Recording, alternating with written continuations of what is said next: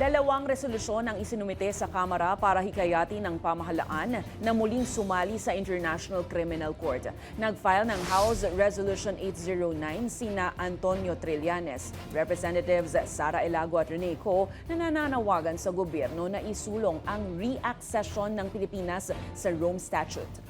Ayon sa makabayan lawmakers, paiigtingin nito ang hustisya, karapatan at dignidad ng tao. Pahayag naman ni Representative Percival Sendanya, ang pagbalik sa ICC ay magpapakita ng solidaridad sa mga biktima ng mga hindi makatarungang pagpatay at o plantokhang sa panahon ni dating Pangulong Duterte.